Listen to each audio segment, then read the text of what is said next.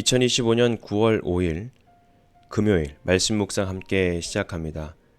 오늘 말씀은 데살로니가전서 4장 13절에서 5장 11절까지 있는 말씀입니다. 저희는 세 번역으로 함께 말씀을 묵상하고 있습니다. 함께 말씀을 묵상합니다. 형제자매 여러분, 우리는 여러분이 잠든 사람의 문제를 모르고 지내는 것을 원하지 않습니다. 여러분은 소망을 가지지 못한 다른 사람들과 같이 슬퍼하지 않아야 할 것입니다. 우리는 예수께서 죽으셨다가 살아나신 것을 믿습니다.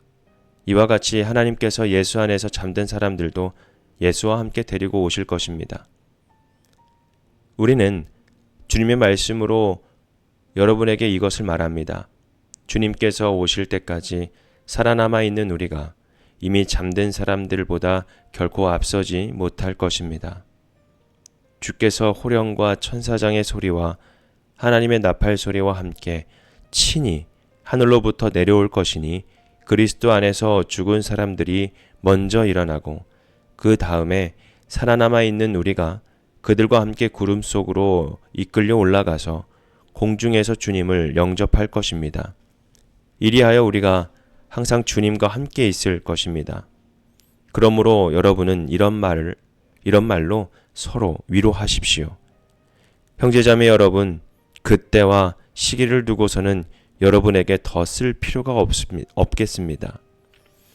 주님의 날이 밤에 도둑처럼 온다는 것을 여러분은 자세히 알고 있습니다. 사람들이 평안하다, 안전하다 하고 말할 때 아기를 뵌 여인에게 해산의 진통이 오는 것과 같이 갑자기 멸망이 그들에게 닥칠 것이니 그것을 피하지 못할 것입니다. 그러나 형제, 자매 여러분, 여러분은 어둠 속에 있지 아니하므로 그날이 여러분에게 도둑과 같이 덮치지는 않을 것입니다. 여러분은 모두 빛의 자녀요, 낮의 자녀입니다. 우리는 밤이나 어둠에 속한 사람이 아닙니다. 그러므로 우리는 다른 사람들처럼 잠자지 말고 깨어 있으며 정신을 차립시다. 잠자는 자들은 밤에 자고 술에 취하는 자들도 밤에 취합니다. 그러나 우리는 낮에 속한 사람이므로 정신을 차리고 믿음과 사랑을 가슴막이 갑옷으로 입고 구원의 소망을 투구로 씁니다. 하나님께서는 우리를 진노하심에 이르도록 정하여 놓으신 것이 아니라 우리 주 예수 그리스도로 말미암아 구원을 얻도록 정하여 놓으셨습니다. 그리스도께서 우리를 위하여 죽으신 것은 우리가 깨어 있든지 자고 있든지 그리스도와 함께 살게 하시려는 것입니다. 그러므로 여러분은 지금도 그렇게 하는 것과 같이 서로 격려하고 서로 덕을 세우십시오. 아멘. 오늘 말씀은 성도의 소망과 깨어있는 삶이라는 주제입니다. 함께 말씀을 묵상합니다. 데살로니가 교회는 바울의 2차 전도 여행 중에 세워진 교회였습니다. 바울은 불과 짧은 기간 약 3주 동안 복음을 전했지만 그곳에 믿음의 공동체가 세워졌습니다. 그러나 그 이후 바울은 핍박 때문에 갑작스럽게 떠나야 했고 교회는 어린 신앙을 가진 채로 여러 어려움 속에 남겨졌습니다. 그 당시 성도들은 믿음을 지키며 살았지만 한 가지 큰 고민이 있었습니다. 주님이 곧 오신다는 재림 신앙을 가졌지만 그 전에 이미 죽은 성도들은 어떻게 되는가 하는 문제였죠. 살아있는 사람만 주님을 맞이한 것인지 이미 세상을 떠난 믿음의 형제자매들은 소망이 없는 것인지를 불안했던 것입니다. 이에 바울은 편지를 통해서 그리스도 안에서 잠든 자들도 주님 다시 오실 때 함께 부활하여 주님과 영원히 함께할 것이라고 확신을 주는 것이죠. 그리고 더 나아가 재림의 때에 기다리며 깨어있는 삶을 살아야 함을 강조했죠. 오늘 우리는 이 말씀을 통해 큰 두 가지를 교훈받게 됩니다. 첫 번째로는 성도의 참된 소망은 예수 그리스도의 재림과 부활에 있다는 것. 둘째, 그 소망을 가진 자는 깨어 근신하며 믿음과 사랑과 소망으로 무장해야 한다라는 것입니다. 우리 본론은 말씀을 통해서 성도의 소망과 또 성도의 삶, 그리고 성도의 확신에 대해서 함께 말씀을 나눠보도록 하겠습니다. 바울은 먼저 믿는 자들의 죽음을 자는 것이라고 표현합니다. 이는 절망적 끝이 아니라 다시 깨어날 소망이 있음을 뜻하는 거죠. 14절에 있는 말씀 보면 본문 4장 14절에 있는 말씀 보면 우리는 예수께서 죽으셨다가 살아나신 것을 믿습니다. 이와 같이 하나님께서 예수 안에서 잠든 사람들도 예수와 함께 데리고 오실 것입니다. 아멘. 즉 예수의 부활이 곧 우리의 부활의 보증이라는 것입니다. 주님이 다시 오실 때에 16절에 있는 말씀에 주님께서 호령과 천사장의 소리와 하나님의 나팔 소리와 함께 친히 하늘로부터 내려올 것이니 그리스도 안에서 죽은 사람들이 먼저 일어나고 먼저 그리스도 안에서 죽은 자들이 일어나고 그 후에 살아있는 자들로 공중에서 주님을 영접하게 될 것이다 라고 말씀합니다. 그러므로 우리는 세상의 죽음을 두려워하지 않고 영원한 주님의 나라를 바라보는 소망 가운데에 우리는 살아가야 합니다. 그래서 바울은 결론적으로 말합니다.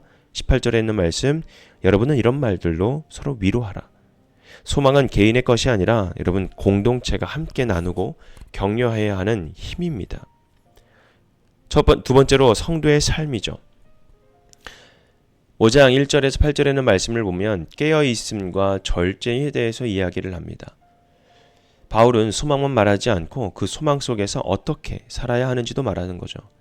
주님의 날은 밤에 도둑과 같이 임할 것이다 라고 말씀합니다. 인간의 계산으로 알 수 없고 방심한 사람에게는 갑작스러운 멸망의 날이 될 수가 있다는 것이죠. 그러나 성도는 다릅니다. 5절에는 말씀을 보면 너희는 다 빛의 아들들, 즉 빛의 자녀고 낮의 자녀다. 그러니까 우리는 밤의 어둠에 속한 사람이 아니다 라고 고백합니다. 그래서 빛의 자녀답게 우리는 자지 말고 깨어 근신해야 한다고 합니다. 술 취한 자처럼 방탕하게 사는 것이 아니라 믿음과 사랑, 그 믿음과 사랑을 가슴막이 갑옷으로 입고 구원의 소망을 투구로 써야 된다라고 고백하는 것이죠.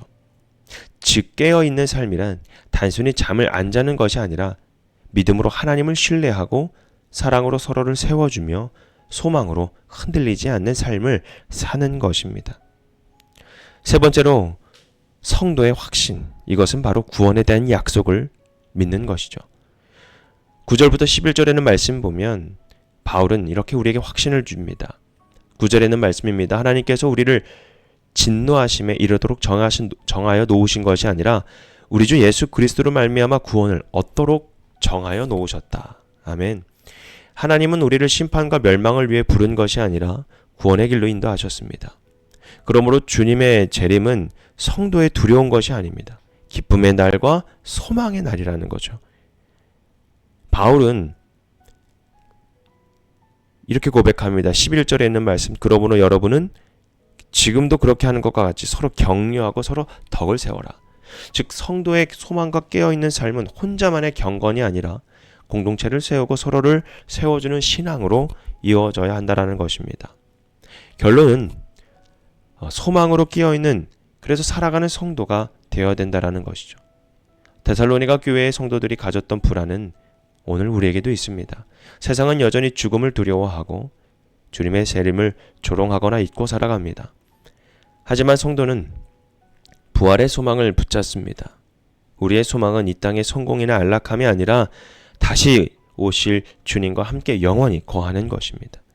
그 소망을 가진 사람은 방심하거나 나태하게 살아가지 않습니다. 믿음과 사랑의 소망으로 무장하여 깨어 살아갑시다. 오늘 말씀을 붙들면서 죽음을 넘어서 부활의 소망으로 위로받고 깨어 근신하는 삶으로 주님을 기다리며 서로를 격려하며 공동체를 세워가는 우리 모든 리바이브 교회 성도가 되어가기를 주님의 이름으로 축복합니다. 오늘 말씀 묵상 마치겠습니다.